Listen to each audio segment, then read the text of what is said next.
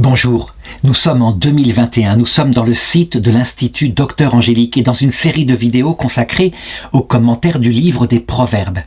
Je voudrais commenter cette fois le Proverbe chapitre 20 verset 3 qui dit ceci: « C'est un honneur pour l'homme d'éviter les procès, mais quiconque est fou se déchaîne. » Ça, d'abord, ça se commente d'un point de vue simplement humain. Et je voudrais raconter quelques-unes des expériences de ma vie pour bien montrer que quand c'est possible, il faut éviter les procès. Il y a plusieurs raisons qui font qu'on doit éviter les procès. D'abord, c'est l'encombrement de la justice. La justice est tellement encombrée à l'heure actuelle par un déchaînement de la délinquance, par le fait qu'il n'y a pas assez de places de prison, que quand on fait un procès, en général, il n'aboutira pas. Les juges sont devant des dossiers qui s'accumulent et donc en 3 minutes, ils vont traiter, donner des non-lieux et repartir dans autre chose, ne serait-ce que pour désencombrer la justice. Mais ça, c'est un problème, structurel. Quand la justice fonctionne, c'est pareil. Le procès, ça doit toujours être l'acte ultime, celui qui intervient en fin de course, quand on n'a pas pu faire autrement. Je voudrais raconter une histoire, par exemple, avec une dame assez âgée avec laquelle je dialogue actuellement sur Internet, et qui me dit ceci. Elle a, avec son voisin, eu l'autre jour des mots très durs au point qu'à un moment donné, elle lui a retourné une gifle, qui n'était pas bien méchante, qui lui a pas laissé un ITT, ça veut dire un arrêt de travail. Mais le voisin est tout de même allé porter plainte à la police, parce que on peut s'engueuler, on peut provoquer, mais quand à un moment donné l'un des deux passe aux mains, aussitôt il est passible de la justice. Ce qui évidemment est aberrant. Cette petite femme-là, toute petite, qui a donné une gifle, l'autre qui était capable de la provoquer en parole en disant « je me moque complètement de ce que vous me demandez par rapport à une histoire de voisinage, de cour, de haie, etc. » il était tout aussi coupable. Elle voulait partir en procès. Et je lui ai dit, mais attention, tu connais ton quotient émotionnel. Tu partiras en procès, tu obtiendras quoi?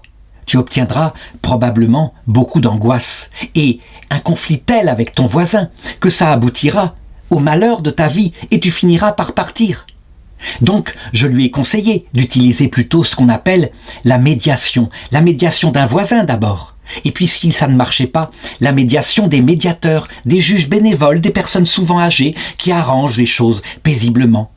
Elle apprécia le conseil et évidemment, étant complètement angoissée à l'idée de cette médiation, elle finit par déléguer son voisin pour la représenter avec un mot comme quoi il était son avocat. Et lui qui était extérieur à l'histoire, qui avait reçu ses consignes, mais qui donc n'allait pas s'énerver, il arriva à un modus vivendi paisible et ils arrivèrent même à une réconciliation. Quand on peut faire cela, bon sang, qu'on fasse comme cela. Alors, c'est bien mieux que d'aller tout de suite au procès. Je me rappelle, étant petit, il y avait dans la propriété de mes parents un voisin irascible qui était à un moment donné outré par le fait que la haie qui entourait la propriété dépassait les 2 mètres qu'impose la loi. Ils avaient atteint 4-5 mètres, c'était des tuyas. Et donc un jour, il vient comme ça, sûr de son droit, et il exige, dans les 8 jours, que tous les arbres soient coupés à 2 mètres, comme le proposait la loi. Évidemment, ma mère savait très bien qu'elle n'était pas dans la raison, elle devait le faire absolument, donc elle fit appel à un paysagiste pour qu'il vienne couper cette haie. Et le paysagiste vint avec ses outils, mais il lui fallait, bien sûr, rentrer chez le voisin pour pouvoir accéder aux arbres. Et le voisin, sûr de son droit, lui interdit absolument de franchir les limites de sa propriété privée.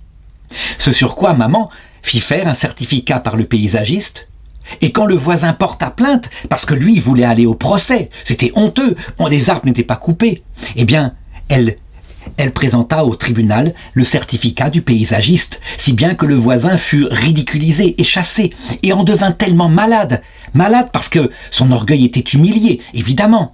Il y avait là tellement de bêtises dans son acte que quelques années plus tard, il en mourut, vraiment, et les arbres ne furent pas coupés. Qu'est-ce que ça indique cela? Que le proverbe a raison, c'est un honneur pour l'homme d'éviter les procès, mais quiconque est fou se déchaîne. Alors je ne veux pas dire qu'il ne faut jamais faire de procès, il y a des fois où on est bien obligé, mais il ne faut y arriver qu'en désespoir de cause, après avoir tout tenté.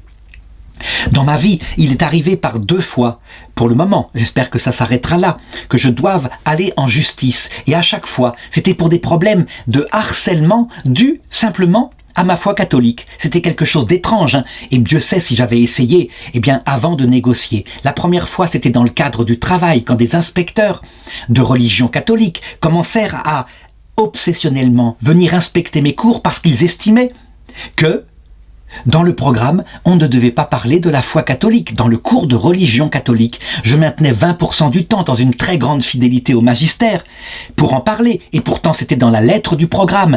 L'archevêque de Bruxelles me soutenait là-dedans et le vicaire épiscopal de Namur. Mais eux estimaient que non, parce que les classes étaient diversifiées dans ces écoles catholiques, qu'il y avait des musulmans, des athées, etc.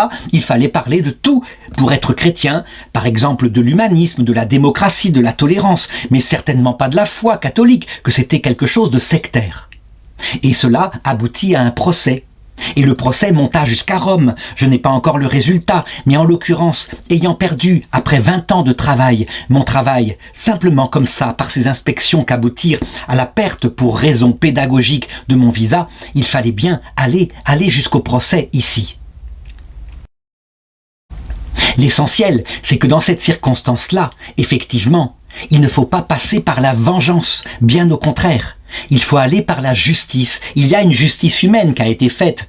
Alors, globalement, il y a eu d'abord, je dirais, une plainte en correctionnel avec véritablement une enquête faite par la police de Charleroi, qui aboutit à des procès-verbaux très intéressants, mais que le juge ne prit même pas la peine de lire, débordé comme il l'était, et donc ça n'aboutit à rien. Maintenant, on peut dire que ces procès-verbaux sont au Vatican. Ils ont, eux qui n'ont pas non plus la possibilité de faire une enquête, ils ont tous les tenants et les aboutissants de cette histoire. À eux, évidemment, de prendre le bon jugement. Mais, comme dit Monseigneur Léonard, qu'en sera-t-il? Ils sont pareils, ils sont débordés complètement. Alors, qu'en est-il maintenant? Qu'en est-il alors justement quand la justice humaine n'aboutit pas, ce qui est souvent le cas? Eh bien, il y a une chose qui de toute façon aboutira. Ça, on peut en être sûr, d'où l'intérêt, quand on est centré sur cela, de garder sa paix, son calme. Vraiment, de ne pas aller ni vers la vengeance, ni vers, je dirais, le désespoir quand un procès, par exemple, se termine en eau de boudin. Il y a la justice divine. Et donc, si l'acte de ces personnes-là a été un acte malhonnête, avec des faux témoignages, des fausses inspections, etc., il y a un procès auquel ils n'échapperont pas et que le Seigneur révèle ici en Matthieu chapitre 5 verset 25. « Hâte-toi de t'accorder avec ton adversaire tant que tu es encore avec lui sur le chemin de cette vie. De peur que l'adversaire ne te livre au juge et le juge au garde et qu'on te jette en prison. Et là, en vérité, je te le dis, tu ne sortiras pas de là que tu n'es rendu jusqu'au dernier sou. » Le roi David, lorsqu'il avait été confronté à une faute qu'il avait commise, avait été mis par un prophète devant l'alternative suivante. Il avait soit le choix entre un certain nombre de jours de peste qui tomberaient sur son royaume, soit le choix entre être livré un certain nombre de mois à ses ennemis, les Philistins. Et il était là dans une grande détresse et il se dit « Il vaut mieux tomber entre les mains de Dieu qu'entre les mains des hommes. » Mais à un autre endroit, il dit « C'est tout de même redoutable que de tomber dans les mains de Dieu. » Alors, je voudrais raconter ici comment nous serons tous comblés de justice dans l'autre monde, au point que, évidemment, il vaut mieux se réconcilier dès cette vie. Absolument, c'est nécessaire. On se dit souvent que la justice la plus terrible que peut subir un enfant, c'est quand, par exemple, son père prend le martinet et lui donne véritablement une correction comme cela.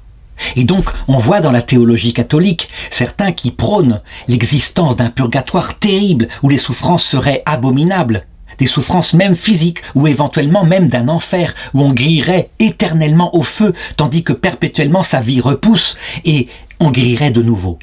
Ils considèrent que, je dirais, Dieu pourrait se comporter comme un gardien de camp de concentration. C'est un peu ça. En réalité, ce n'est pas du tout cela. Jésus-Christ a montré qu'il n'était pas comme cela. Alors, comment peut-on parler à propos de ce jugement qui aura lieu à l'heure de notre mort, de jour du Seigneur, de jour terrible? Eh bien, pour une raison simple. Imaginons, et je prends une analogie, que nous soyons un sale gamin qui a commis beaucoup de bêtises et qui à un moment donné décide, par exemple à 17 ans, de réclamer son héritage et de quitter la maison, avec le mépris pour ses propres parents. Et ensuite nous vivons notre vie, loin d'eux, longtemps. Qu'est-ce qui nous aurait fait le plus de mal? La colère de notre père ou les larmes de notre mère? À chacun de se faire une idée.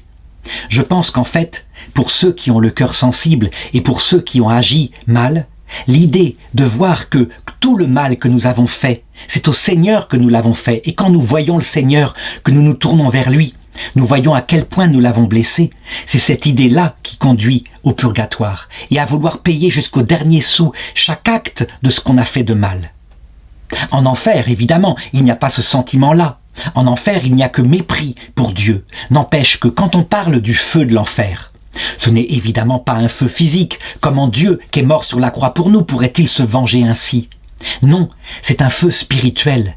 Une âme qui est faite pour cet amour qu'il a entrevu à l'heure de la mort et qui pourtant, librement, fermement, méprise cet amour et ne veut autre chose que choisir soi-même le bien et le mal, s'aimer soi-même jusqu'au mépris de Dieu et du prochain.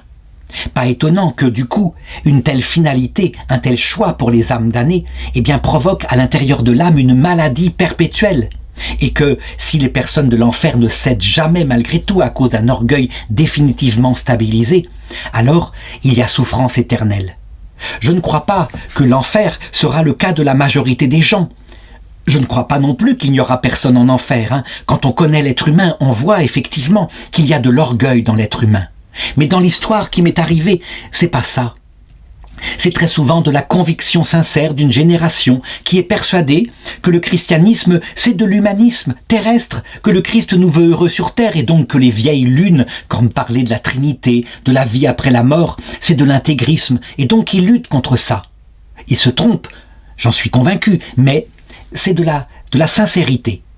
D'autre part, pour certaines autres inspectrices, comme une dame qui était venue et qui avait même pas regardé les cours, qui m'avait fait perdre mon travail comme cela, avec une dureté de cœur incroyable, c'était, je pense, simplement de la reconnaissance du ventre, parce que sa carrière entière avait été due à un inspecteur qui était l'ennemi de la façon dont je donnais cours. Alors, elle lui était reconnaissant. Comme disait quelqu'un, elle défendait sa famille, c'était une mère de famille, et donc après tout, quand elle arrivera de l'autre côté, ceci lui sera tenu au moins à bonne intention, même si elle regrettera la perversité d'une inspection mal faite, d'une inspection, je dirais, sans aucune honnêteté. Donc, le purgatoire, voilà la justice de Dieu. Mais tout ça peut être évité si, en cette vie, on arrive à éviter tout procès et qu'à un moment donné, reconnaissant ses torts, on se réconcilie, bien évidemment. Cette parole de Jésus m'a toujours marqué et donc je voudrais raconter une deuxième anecdote de ma vie qui illustre cela. Étant jeune, je m'étais fâché mortellement avec un prêtre parce que j'avais bavassé, mais bavassé maladroitement. Je n'avais jamais accusé ce prêtre de trahir le secret de confession, mais d'être simplement un peu bavard. Et c'est vrai que j'avais bavassé, si bien que après, tout de même, comme je n'étais pas blanc-bleu dans cette histoire, j'aurais pu simplement me taire, mais j'étais très jeune. J'ai passé ma vie, j'ai passé des années, de longues années, à essayer de me réconcilier avec ce prêtre, et ça a abouti. Mais il a fallu pour cela l'attentat du 11 septembre 2001. Ça veut dire, quand ces tours ont explosé, là, devant la fragilité de la vie humaine, j'ai réécrit à ce prêtre en lui disant pour la 4e fois « Réconcilions-nous, sinon nous serons condamnés à vivre ce texte. Je te le dis, tu ne sortiras pas de là que tu n'aies rendu jusqu'au dernier sou. » Et il accepta et nous sommes devenus ensuite les meilleurs amis du monde. Je pense que cette histoire-là permet de comprendre ce qu'il se passera au ciel. Tous ceux qui ont fait le mal par des fausses inspections, etc. Lorsque purifiés, repentants, nous les rencontrerons. Ils ne seront plus des ennemis. Ce sera fini. Il y aura au contraire une grande communion des saints.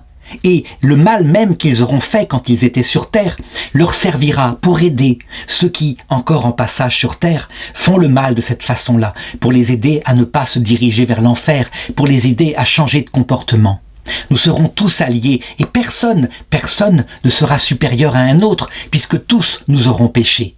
Ce sera la justice ultime, celle du ciel, qui évidemment fera que, par exemple, les soldats de 14, Allemands, Français, ensemble, travaillent maintenant à ce qui est essentiel, le salut éternel de ceux qui sont leurs arrière-petits-enfants. Qui l'aurait cru ? Mais nous sommes tellement gamins, nos histoires terrestres sont tellement gamines en comparaison de ce qui est éternel.